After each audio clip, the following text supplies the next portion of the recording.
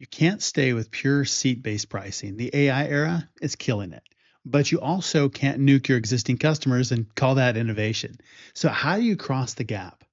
I'm Jeff Mains, and today I'm going to show you a three-phase bridge that you can walk across without falling into the chasm. Let's go. This is video 10 in the Futureproof series. We've talked about the pricing time bomb. We talked about building your own data flywheel. Now let's talk about the hardest part, actually changing your pricing without destroying your business in the process. Because here's what I see. Founders know their pricing model is broken, but they're paralyzed.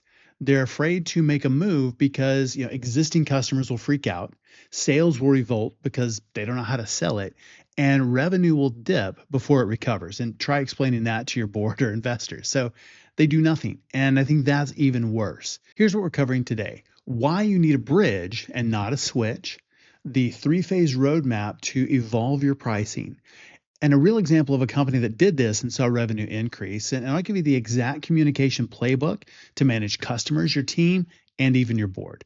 By the end, you'll have a plan you can take to your next leadership meeting. You can tell them it was all your idea. So let's go. Let me remind you why this all matters. Back in video 4, we talked about the pricing time bomb. If you haven't seen that, go back and check that out either after this video or at some point today. But if your pricing is per seat and your AI features work, the better your product performs, the less money you make. And that kind of sucks. So you help customers get more efficient, they need fewer seats and revenue drops, and that is not sustainable. So you need to evolve your pricing to capture the value you're creating, not just the headcount you're replacing.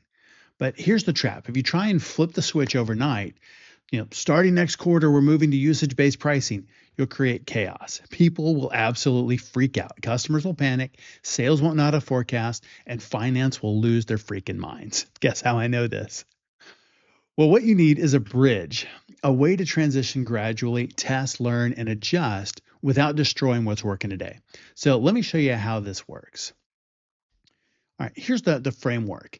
We think about where we are today, and we'll say this is the old world, and this is the new world that we're trying to get to. So new AI land, and this is old SaaSlandia. How about that? And so what we want to do is we need to create a bridge that crosses this chasm, that gets from one side to the other.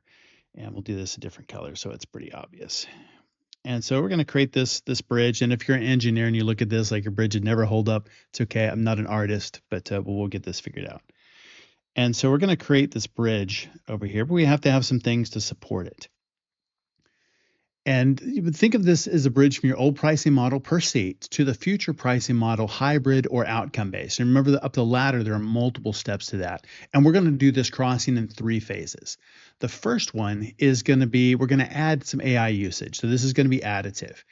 And this is the safest first move. And we'll put that over here. We'll put this like a little thing over here. So we're going to add usage. And so some sort of usage-based pricing we're going to add on. So we're not going to change our existing pricing. Everyone who's on a per seat plan can stay on that plan, but you add an optional AI tier on top. So for example, what might this look like? Your current plan, let's say $50 a seat per month, no changes. New option, add AI assistant for $500 a month. And that includes up to 1,000 AI powered actions. And after that, it's, 50 cents an action, whatever the numbers are. But the key principles here is this is opt-in. It's not mandatory. Customers choose whether to add it. Nobody is forced to change. And this is a really subtle thing, but I think it's a really important thing.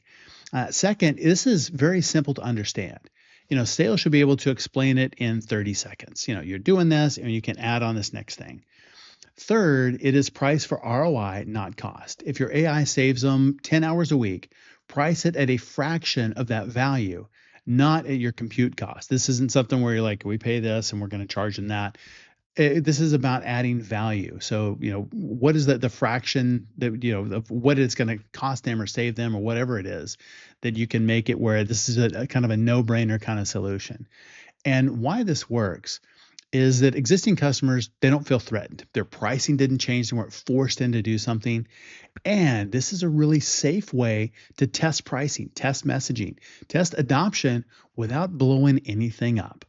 And if it doesn't work, you just pause, or adjust. There's no permanent damage done. You're like, hey, we're going to make that tier that I said was 500. Now it's going to be 250, or it's going to be, it was 500. We're going to keep you on that, but for new ones, it's 1,000. Whatever it is, it gives you the ability to make changes, because right now, as we're rolling this out, we don't necessarily know what it's going to be, but I can guarantee, pricing a year from now, 2 years, 3 years from now, it's going to be different than it is today. So, figuring out what that pricing is for now and having that flexibility, I think, is really important. But test what the market is, test the reaction, see, what is that going to be before we blow anything up, because we don't want to do that. And what we're learning in this phase, I think this is really important, is asking the questions, do customers actually want this? Is this something that has value in their eyes? Even because I think it's valuable doesn't mean that they think it's valuable. And so it's the first thing we want to test. The second one is, what is the right price point? And the third is the messaging. How do we explain the value? Because if we can't explain the value, it doesn't really matter what we price it. I could say, I'm going to give you a car and it's $20,000. And you might be like, okay, I don't know if that's good or not. I mean, is it a Ferrari, or is it, something I found in the junkyard? They're both cars technically, but what's the value? We don't know. And if you can't explain and articulate that value, they don't know either. And so our goal for phase one is we want to get 20 to 30% of your customer base opted in. And I think this is a really important thing. And we're going to say, 20 to 30% opt in. And it's kind of like product market fit. It's what we're looking for here. Again, we want to prove there is demand. We want to refine the messaging. Next, let's move on to phase two. And this one, we're going to put just a big O support right here in the middle of this bridge. It goes all the way down to whatever's down below that. And for this one is, we're going to do new customers on hybrid. And for existing, we're going to grandfather them. So, we'll say that for not existing, this is going to be for new. They're all going on the hybrid model. So this isn't something when they come on board, it just is what it is. And for existing, we're going to grandfather them, and for some period of time. So once we've proven that the AI tier works, it's time to make it default for the new customers. And so for all this is the default point. So when they come into your world at this stage, they're in. So they're on the hybrid pricing. So it's our base plan at, like I said, like $50 a seat, which includes our core features and our AI features included up to 500 actions a month, and then it's 50 cents a transaction, or for an action, whatever. Existing customers, they're grandfathered. So they can stay on the old plan, they can upgrade to the new one if they want AI features. And again, why this works is we're not forcing anyone to change. Customers feel respected, especially those existing customers. That's really, really good. And this is also going to help your net revenue retention, because you're expanding within that base, but you're not forcing them to do that. So new customers, they expect AI. They're used to hybrid pricing models, and they're not going to push back. They don't know any different. And over time, your customer base naturally shifts to the new model as you grow. And for this, what are we learning in this phase? One is, we want to know, how do new customers respond to the hybrid pricing?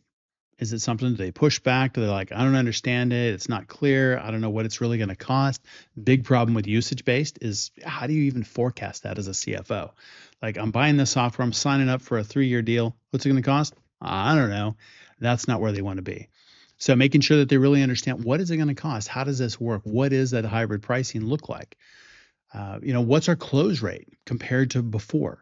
So if we look at close rates for old customers versus new customers on the hybrid, is it higher? Is it lower? Is it the same?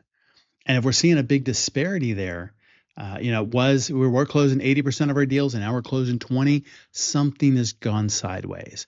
And the first thing that the salespeople will do is like, well, it's too expensive, we got to cut our pricing. 90% of the time, that's not it. It's a messaging problem. And so that's something that can be fixed. But this is why we're measuring this. We want to know, what was the close rate, now versus before. And then the third one, and this kind of goes back to messaging again, are we losing deals because of pricing complexity? When you can make pricing brain dead simple, when salespeople can explain it, they have no problem with that. It's like, yeah, this makes total sense. I'm in. That's what we're looking for. We don't want to lose people because of complexity. A confused mind never buys, and that's not what we want here. So the big goal for phase two is all new customers on the hybrid model. And as far as numbers, what we're looking for is about 50% of existing have opted in to the new tier. So everybody new is on hybrid, and about half of the existing customers have opted in. That's pretty good for this stage. Now, phase three is we're going to migrate the base once the value is obvious. And so we'll make this a support on this side. And so this is migrate. And this is everybody else. But the most important thing here is obvious value. When they look at this and they're like, there's no way that I would stay on my existing plan because the new one is so much better. Because here we've got proof. Customers love the AI feature. The hybrid model is working. New revenue is flowing. And you can start migrating your legacy customers. And here's the message. And I'll write this up. I'll attach it to the notes or something so you have it and you can cut paste it and do your own thing. But essentially the message is we've been running the AI tier for the last 18 months. 60% of our customers have adopted it. And here's what they're seeing. ROI, case studies, testimonials. Everybody loves it. That's what you want to have in there. If they don't, we got to go back and work this over a little bit more. And then we're going to continue on. Say, starting next quarter, we're moving everyone to the new pricing model. And here's what that means for you in a very clear breakdown. And and make, again, complexity kills deals. Make sure it is very, very simple, clear. And they're like, oh, yeah, that's a no-brainer move. Continue on. We're giving you 90 days notice. If you have questions, we're happy to help. The key principles here is you want to lead with value, not features. And this is incredibly difficult as founders. We want to tell them about all the awesome features. They don't care. Lead with value. Show them the ROI. Give them real numbers. Give them real outcomes. That's what matters to them, not the new, cool, awesome feature. But why should they care? Tell them, lead with value. The second is give them time. Don't spring it on them with 30 days notice. Give them a quarter to prepare. 90 days is I think, a pretty good number for that. So about a quarter. Number three is, offer support. Make it super easy. Offer onboarding sessions, pricing calculators, dedicated client success support. Make it where it's really, really easy for them. And especially when you can do this in community and you can bring on cohorts from the old to the new at the same time, you create a little more camaraderie around that as well. So we've talked a lot about community-led growth and some really cool things we're doing around that. So think about that. What is it that's going to make that transition very, very easy for them? And why does it work? By this point, the value is proven. It's not theoretical. Most of your customers have already either opted in voluntarily. So, this isn't a shock. This isn't like the first time they've ever heard of this plan. Like, I didn't even know this was a thing because you've been pitching it to them over this time. You're not being aggressive. You're just kind of standardizing the whole thing. And what happens in this phase? I mean, some customers will churn, and that's part of it, and something that we have to accept. If they're not willing to pay for the value you're delivering, they're not the right customers for you. And that's a hard pill to swallow. I get it. Second, most customers will migrate smoothly because they have seen the value. It is something that they want. And they're like, yeah, of course, especially if you make it a no-brainer offer. And the third is that your revenue will stabilize at a higher level because you're capturing more value per customer. And the goal for phase three is we're looking for here is about 90% of new customers on the new plan. And the higher revenue per customer, lower dependence on seat count. And so that's the bridge. We're going to test with an additive tier. And so we're going to add over here. And so this is the big test. We're going to make it default for the new customers. And then we're going to migrate once the value is proven. And that's it. So how much time does it take? This phase is always a question, and it varies from one company to another. This is just a guideline, and I'll say 1 to 6 months. This is probably 6 to 12 months, and for full migration, I'll say 12 to 24. And again, it's going to depend on the specific business that you're in, sales cycles, but it absolutely works and it doesn't blow up your business. Let me tell you about a company that did this, and they're kind of at the tail end of it right now. We'll keep them anonymous, but they're a CRM tool for creative agencies, about 12 million AR or so when we started working together. They were selling per seat around $30 per user per month. And they launched an AI feature that automated project briefs, timelines, resource allocations. Very, very cool stuff. Customers loved it. But they realized that agencies were using the AI to get more done with fewer people, and seat count was dropping. So their average seat count at that point was maybe 30 seats or so, and that had dropped down to about 18. And big agencies they were working with, 200 or 300, had shaved off about a quarter of their licenses as well. So that's not good news if you're price per seat. And so they built a bridge. They did exactly what we talked about here in building this bridge, and they added the AI boost tier. And so that's what they called it, was just AI boost, and it was $300 a month for up to 50 AI generated briefs, and then $5 a brief after that. So they rolled it out to 20 beta customers or so, and feedback was great. Pricing felt fair. Adoption was strong. So they continued on. So they moved on to phase 2, and about 6 months later, they made it default. Again, this middle tier, making it default for all of their new customers, and it was all hybrid pricing. Base seat fee plus AI usage. Existing customers could opt in, and about 40% of those did in the first quarter. And they did that over about a 6-month time frame. The first piece, the first pillar for them, we'll do this in a different color here, this was about 2 months. And then they moved over here and they did this for about another 6 months. And so all in, they were at about 9 months when they got to phase 3. And so for phase 3, they were, gave the numbers and said, okay, migration is happening. Everybody's moving to the new model in 90 days. And they did workshops, pricing calculators, dedicated support. They have specific cohorts that they're moving over and pairing people together. And actually has been fairly smooth. That's actually, it will be finished here at the end of this quarter, Q1 2026, which the end of March. So they got a few more weeks, and that transition will be done. But a lot of the clients that were moving over, because everybody's moving over in 90 days, a lot of them just opted in, like, I don't know why we've waited so long. Let's just do this. Was there churn? Yes, a little bit. Most of them were smaller customers that were, they were not strategic. They were not as high value. For sure. And so that, really didn't bother them a whole lot. So some of the smaller customers are like, we don't want to upgrade to the next level. And so, peace out. And that was fine with them. Revenue per customer, up 35%. I love that. Net revenue retention, 95%. They were doing pretty well there. That's 118% now. And by the time that this transition's over, it'll probably be 125, I would guess, maybe a little bit higher than that. And total ARR grew from 12 million to about 18 million over the last 18 months or so. They didn't blow up their business. They didn't lose their customer base. They built a bridge, and they walked across that bridge carefully. They built it in a way that made a lot of sense. And the most important thing is they made sure that their customers, their sales team, all of their people, their client success, all walked across that bridge with them. So everybody's very comfortable with the process. And I think that's important.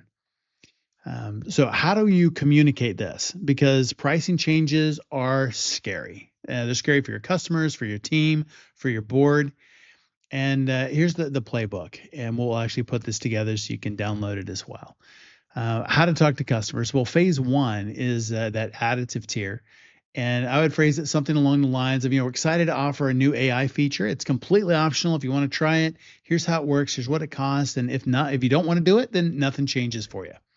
It is super low pressure and makes it feel like a bonus, not a mandate. And I think that's good. Creating a little bit of FOMO of, here's a new feature. If you want it, you can have it. And they're like, ooh, I want that. Or they're like, nah, we're fine just the way we are. So it's a bonus. It's not a mandate. I think that's good. Phase 2 All the new customers on hybrid, here's how I like messaging that. Again, something along the lines of, here's our pricing. It's designed to scale with you and scale the value that you get. So as you get more value, then you're going to pay a little bit more. So we want to make sure that that value is always exceeds the price, and so that's why we did it this way. We're not going to charge you up here and then give you value down here. It's all going to be our incentives are aligned. For existing customers, you're grandfathered on your current plan. If you want access to the AI features, here's the option, and you can move over to that whenever you're ready. But again, you don't have to do that. And then when we get to phase 3, which is the full migration, we've been here running this for 18 months. Here's the data. Here's the ROI our customers are seeing. We're moving everybody to this model because it's better for you and better for us. And here's how it works for your account specifically. And I think that specifically is one of the most important pieces. Don't give them a generic announcement. Show them their numbers. What will they pay and what will they get? And you want the pay here and you want the get up here. So the value has to exceed the cost. Internally, how do we talk to our teams about this? Sales, product, client success. For sales, this is one that I think is maybe a little sticky. It depends on the sales team, but hey, this is going to make your job easier. And I think that's one of the best ways to frame it. You're going to have more to sell, higher ACV, which in turn, potentially higher commissions, depending on how they're compensated. And we're giving you all the tools, calculators, scripts, and case studies to make this easier. So it doesn't work to just say, hey, this is going to be easier for you, go sell it. Give them what they need to make the case and sell it. So they're moving forward in this middle part with the hybrid. So if they're here, make sure that they've got the right tools for all the new people that are coming on board to make the case of why this is a good thing. For client success, usually they're some of the quickest to change. I like that the messaging, something along the lines of this is about delivering more value. Customers who use AI have lower churn and higher satisfaction. So we're helping you make them more successful. And usually that conversation goes pretty well. And they're like, yeah, we're on board. Let's do this. Product. Sometimes they care about pricing. Sometimes they're just like, just let us build our thing. But we're building pricing that reflects the product that we're becoming. And I like that it's not, just where we are today, but it's a product we're becoming. And we're doing it in phases so that we can learn and adjust. One of the I'll say maybe thorniest conversations, maybe for the board or for investors. If you go to, I think this is something that has been very, very well received. And here's the way I like to do it. We're evolving our pricing to capture more value as we deliver AI-powered outcomes. And here's the roadmap, here's the risk mitigation, and here's the expected revenue impact. And show them the phased approach. I mean, you can draw the map exactly like I've done it here. You can even make it prettier if you want. But show them that it's a bridge, it's not a switch. And I think that's a really big one that'll give them some comfort. And I think that feeds right into the risk mitigation. It is a phased approach. We're going to see early traction from phase 1, revenue projections for phases 2 and 3, and churn risk analysis. How are we going to manage that churn? Boards love plans. They hate surprises. And so give them a clear plan with milestones and metrics. And then, let them know as we're going through the different phases, where are we right now? What does this plan look like?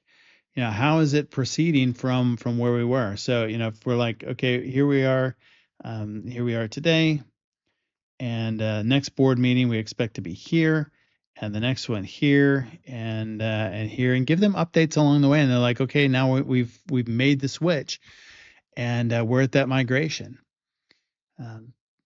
So you can test and you can report back again. They don't like surprises. So, legacy migration, new logo defaults. So new logo defaults here, legacy migration. And once the value is proven, you can do that. And I think that is how you manage without chaos. So key takeaway, don't flip a switch, build a bridge. Pricing changes are scary, but they're also absolutely necessary. We should be looking at pricing probably every 6 months. especially in this market. And make sure that we're doing the right things. But companies that do this right, that move gradually, they test carefully, they communicate clearly along the way, they absolutely, every single time, come out stronger, higher revenue, better alignment with value, and much more defensible. The ones that wait or don't do this, I've seen it a few times, they get forced into it by churn or by competition, which is also churn, and it's just messy. So start building your bridge today. And I think if you could start yesterday, that would be the time to do that. But start today. Don't wait a few weeks or months or years. Well, in the next video, we're going to get even more practical, and it's going to be your product checklist. 7 things to fix this quarter to be AI ready, because it's not enough to have the right strategy. You need to actually build differently. I have to be able to design differently. I have to be able to ship differently. And this is the checklist I give to every founder I work with. And if you do even half of these things, you'll be ahead of 90% of your competitors. So hit subscribe, share this link with your product lead, and get ready to take notes. And that video will drop in a couple of days. So thanks for watching. And now go start building your bridge. See ya.